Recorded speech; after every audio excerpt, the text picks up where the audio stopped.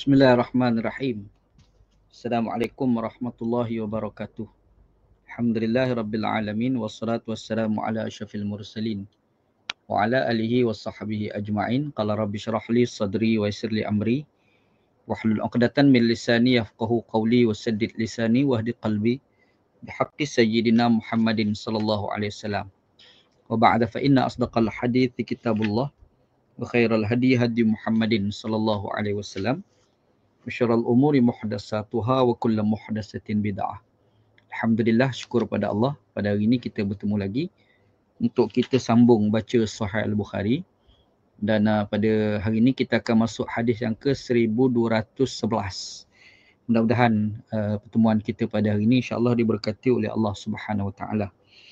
Ingat balik dalam canggah kita yang semalam. Semalam kita ada baca hadis 1208, 1209 dengan 1210.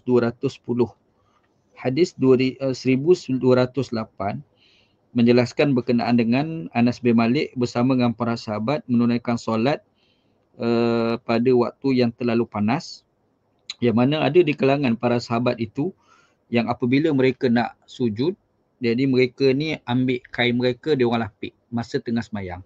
Jadi di situ tu fokus daripada hadis yang kita bincang itu adalah dia nak menjelaskan kepada kita bahawasanya bila kita ni semayang, kalau ada keperluan untuk kita bergerak, itu dibolehkan. Itu dibolehkan. Lepas tu kita baca hadis yang ke 1209 juga fokus berkait dengan kita bergerak semasa kita menunaikan solat yang dibolehkan jika ada keperluan itu adalah hadis Aisyah radhiyallahu anha. Hadis Aisyah radhiyallahu anha, Aisyah ni dia bagi tahu yang mana Nabi SAW bila semayang malam, Nabi SAW ni semayang di tempat Nabi tidur bersama dengan Aisyah. Itulah. Jadi bila time Nabi semayang, Nabi qiyam itu, Aisyah ni dia hulurkan kaki dia. Nah, lepas tu bila Nabi Muhammad SAW nak sujud, Nabi tepuk kaki Aisyah, Aisyah pun tarik kaki dia. Lepas tu bila Nabi qiyam, Aisyah hulur pula kaki sekali lagi lah. Jadi di situ tu nampak Nabi tengah semayang, Nabi tepuk. Kan? Maka di situ menjadi dalil bahawasanya semasa kita semayang, kalau kita menggerakkan badan kita dalam kadar keperluan, maka ia dibolehkan.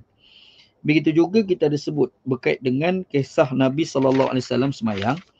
Ni hadis ni daripada Abu Hurairah radhiyallahu anhu, dia cerita Nabi SAW ni semayang, yang masa Nabi semayang itu setan datang kacau Nabi, dan Nabi kata kalau ikut aku nak cekik setan tu dan kemudian aku nak ikat dekat masjid. Jadi di situ tu nampaknya kalau Nabi Muhammad SAW dia menyatakan hasrat nak cekik setan dan nak ikat setan, maka di situ tu memberi gambaran bahawasanya bolehlah bergerak kan. Tapi kadar keperluan tadilah. Dan kita ada sebut juga bagaimana Al-Imam Ibn Hajar Al-Asqalani dia bagi tahu setan yang dimasukkan dalam hadis itu adalah ifrit. Setan tu namanya ifrit. Jadi jin ifrit. Orang kita panggil jin ifrit kan. Bukan iblis yang datang yang dikacau Nabi SAW tu, tapi yang datang tu lah ifrit gitu. Okey, itu kita dah bincang panjang lebar dalam canggah kita yang semalam. Pada hari ini kita akan masuk bab yang ke-11, babu idzan qalabat ad-dabatu fi solati. Bab jika haiwan ternakan terlepas dalam solat. Kita tengah semayang, contohlah kita ni ada binatang. Ini berlakulah di kalangan para sahabat. Kita mungkin tak berlaku Jadi di kalangan sahabat ni diorang ni kadang-kadang diorang ada bela binatang.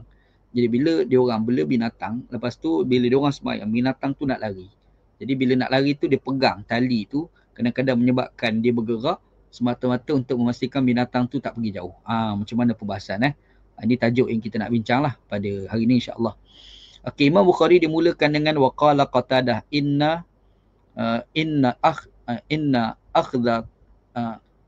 akhidha taubuhu yatba'u as-sariqa wa yada'u as-salata.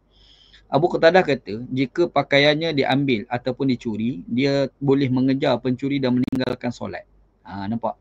Jadi dalam hadis ni Qatadah bagi tahulah, ni Qatadah ni bukan Nabi sallallahu alaihi wasallam. Qatadah ni bagi tahu, dia kata kalau kita ni ada pakaian kita dicuri, barang-barang apa dicurilah. Dan kita nak kejar pencuri tadi tu, maka kita batalkan solat. Yang tu bukan satu benda yang salah. Sebab orang curi barang kita batalkan semayang, itu bukan haram. Asalnya membatalkan semayang tanpa sebab yang syar'i, maka itu adalah haram.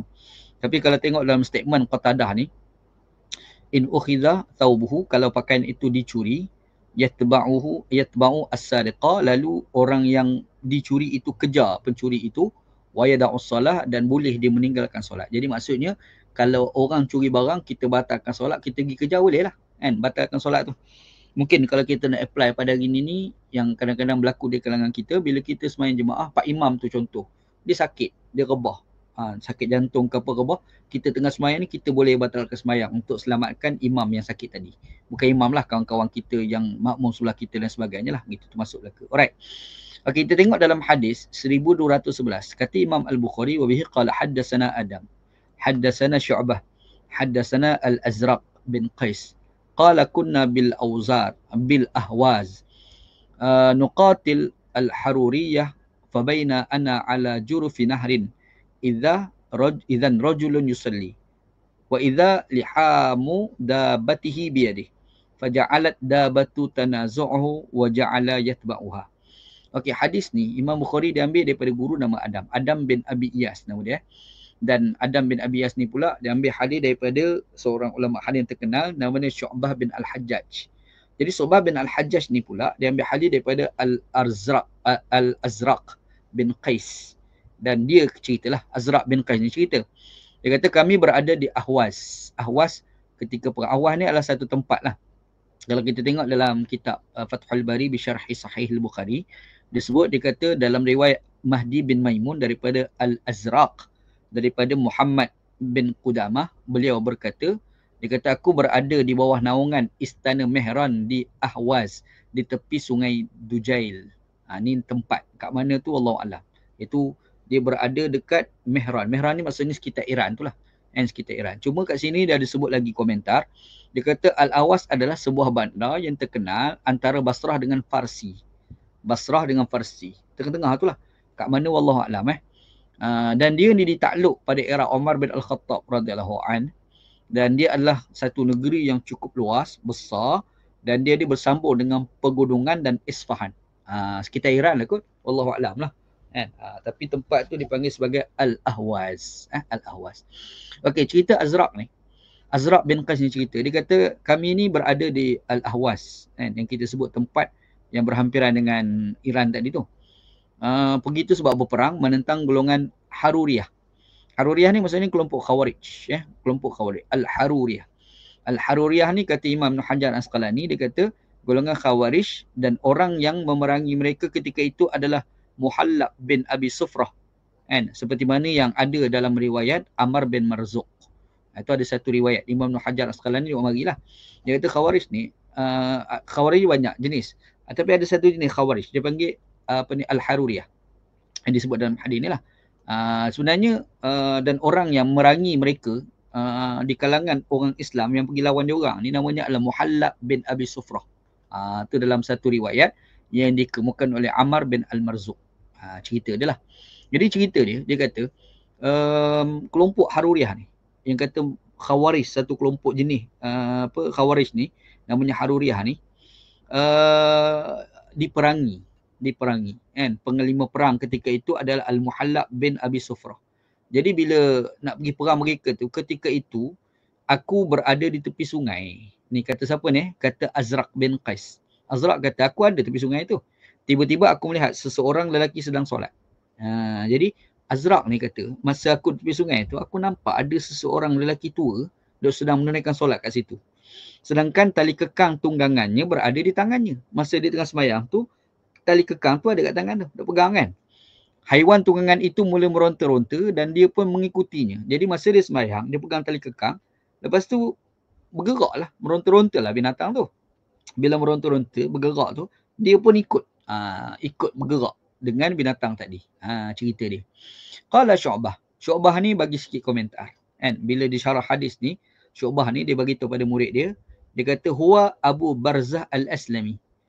Orang tu, yang kata orang tua tu, yang kata masa semayang tu dia pegang tali kekang tu kan, tali kekang binatang tu, lepas tu dia meronta-ronta tu sampai bergerak badan, orang tu namanya Abu Barzah Al-Aslami. Barzah Al-Aslami ni sahabat Nabi. Dia sahabat Nabi yang agak terkenal juga. Kalau kita baca dalam hadis ni kerap kita jumpa nama Abu Barzah Al-Aslami. Okey, faja'ala rajulun minal khawarij yaqulu Allahumma fa'al bihadha syekh. Jadi maksudnya kan masa cerita tu kan memerangi kelompok Khawarij. kelompok Khawarij yang digelar sebagai Al-Haruriyah, iaitu kelompok Khawarij yang duduk berhampiran dengan Iran. Sempadan di antara dia duduk di antara Basrah dengan Iran, Asfahan tengah-tengah tu kan.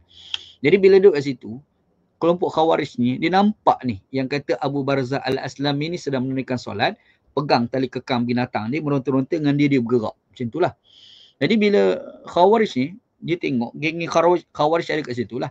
Dalam ramai-ramai Khawarij ada seorang di kalangan mereka ni bercakap. Dia kata apa?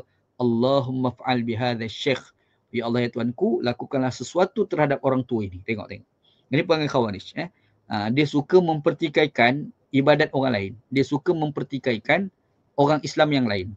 Orang Islam tu bukan buat salah apa pun. Cuma dia rasa dia lebih baik, maka mulalah dia nak pandang remeh pada orang. Antaranya dia cerita dalam hadis ni, dia mempersoalkan tentang semayang sahabat Nabi yang bernama Abu Barzah Al-Aslami tadi. Cerita dia. Taib.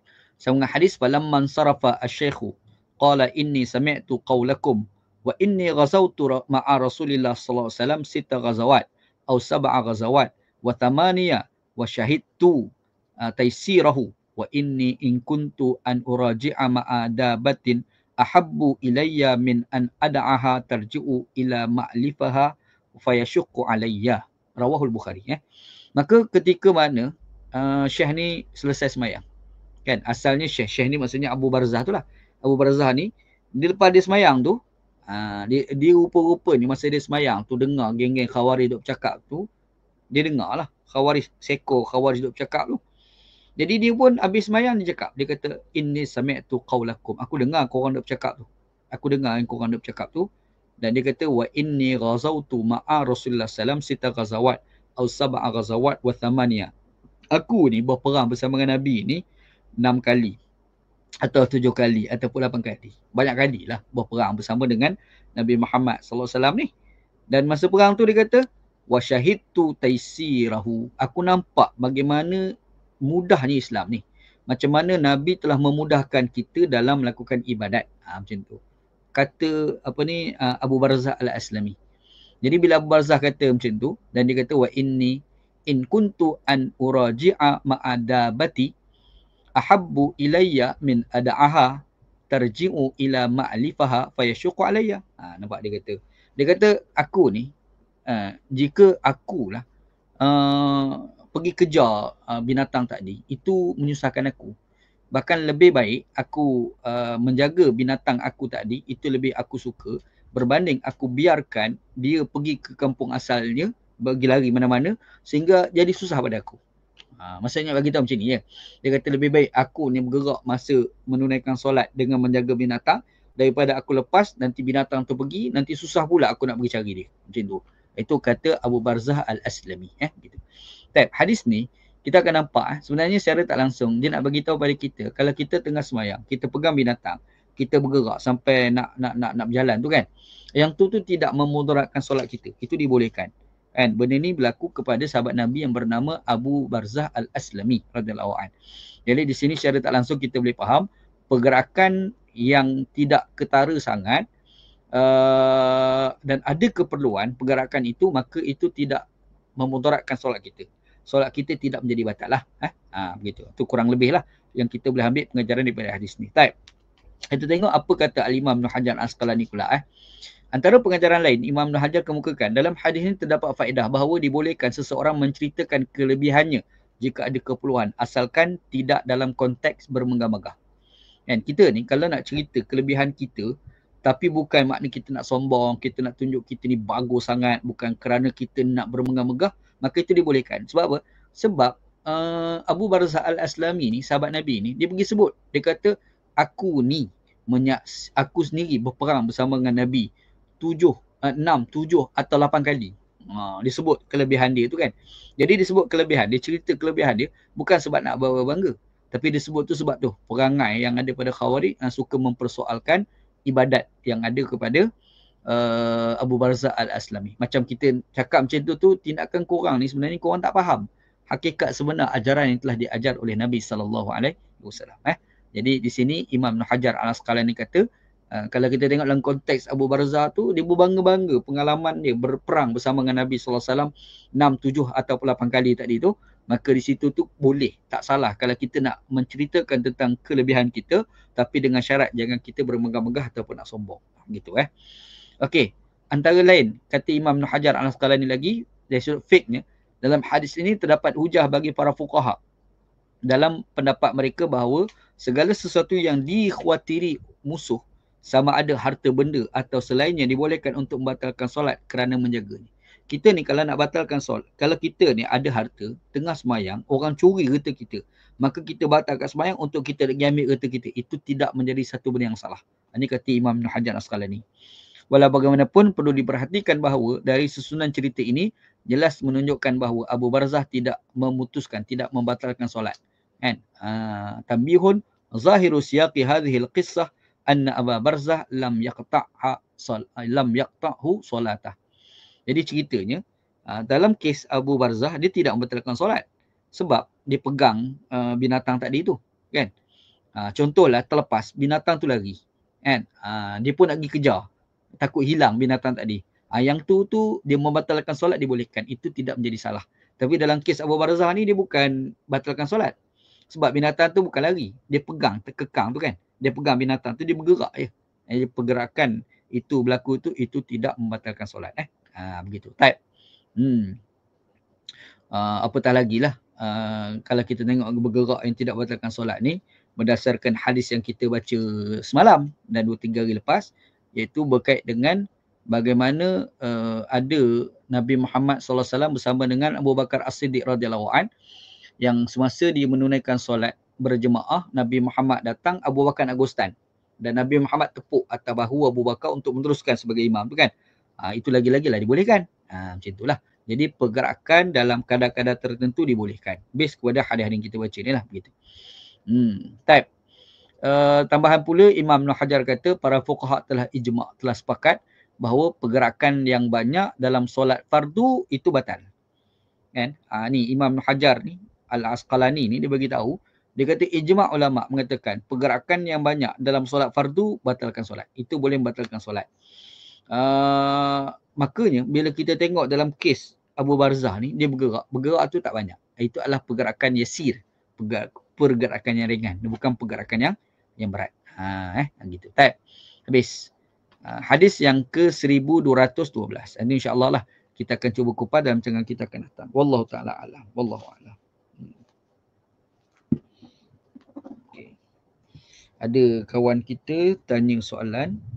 Soalannya adalah mele 3 kali. Tak tahulah nama dia ke nama nickname dia.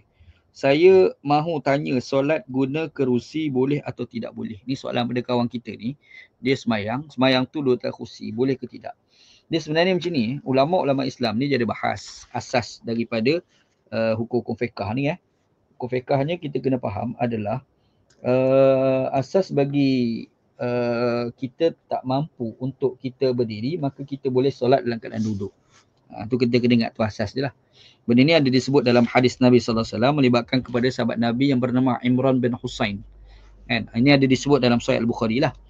Imran bin Husain ni pergi jumpa Nabi SAW. Dia tanya Nabi, ya Rasulullah, aku ni ada penyakit. Jadi boleh tak aku nak semayang dalam keadaan tidak berdiri? Nabi pun bagi tahulah. Nabi bagi tahu pada dia, Nabi kata kalau kamu mampu berdiri, berdiri. Tak mampu berdiri, maka duduk. Tak mampu duduk, maka baring. Itu disebut dalam hadis Nabi SAW.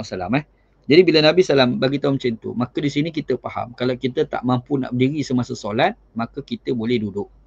Cuma bila tajuk duduk tu pula, nak duduk ni duduk macam mana? Duduk bersila ke? Duduk tawarruk ke? Duduk iftirash ke? Ataupun duduk atas kursi? Tajuk dia atas kursi itulah. Sebenarnya ulama-ulama Islam, dia ada bahas berkenaan dengan duduk atas kursi ataupun tidak ni. Okey, secara dasar dia macam ni. Keutamaannya adalah tidak duduk di atas kerusi. Itu asas dia. And keutamaannya adalah tidak duduk di atas kerusi. Maksudnya duduk dekat lantai. Masa kita solat duduk tu.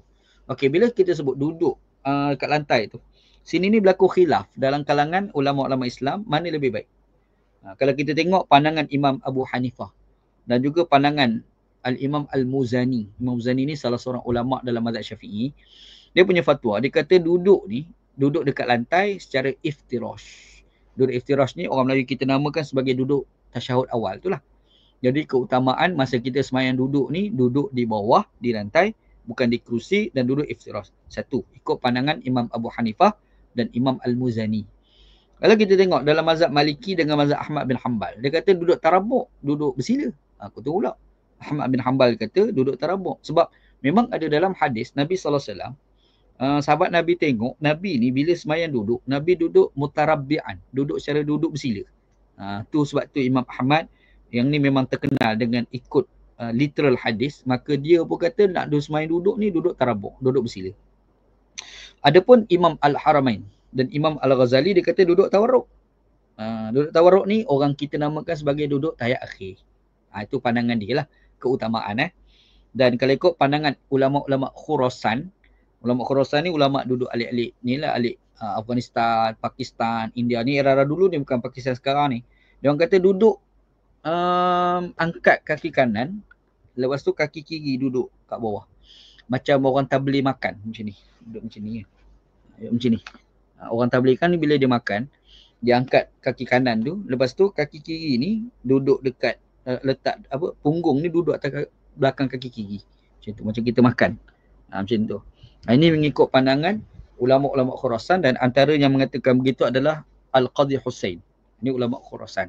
Ini cara semayang yang kalau kita ni lebih diutamakan duduk di bawah. Duduk di bawah. Okey. Lepas tu kalau duduk atas kursi ni pula macam mana pula? Duduk atas kursi. Duduk atas kursi ni, dia asalnya macam ni. Sebab dalam kaedah sebut, inna mastata'al musalli fi'lah wajaba alaihi fi'luh.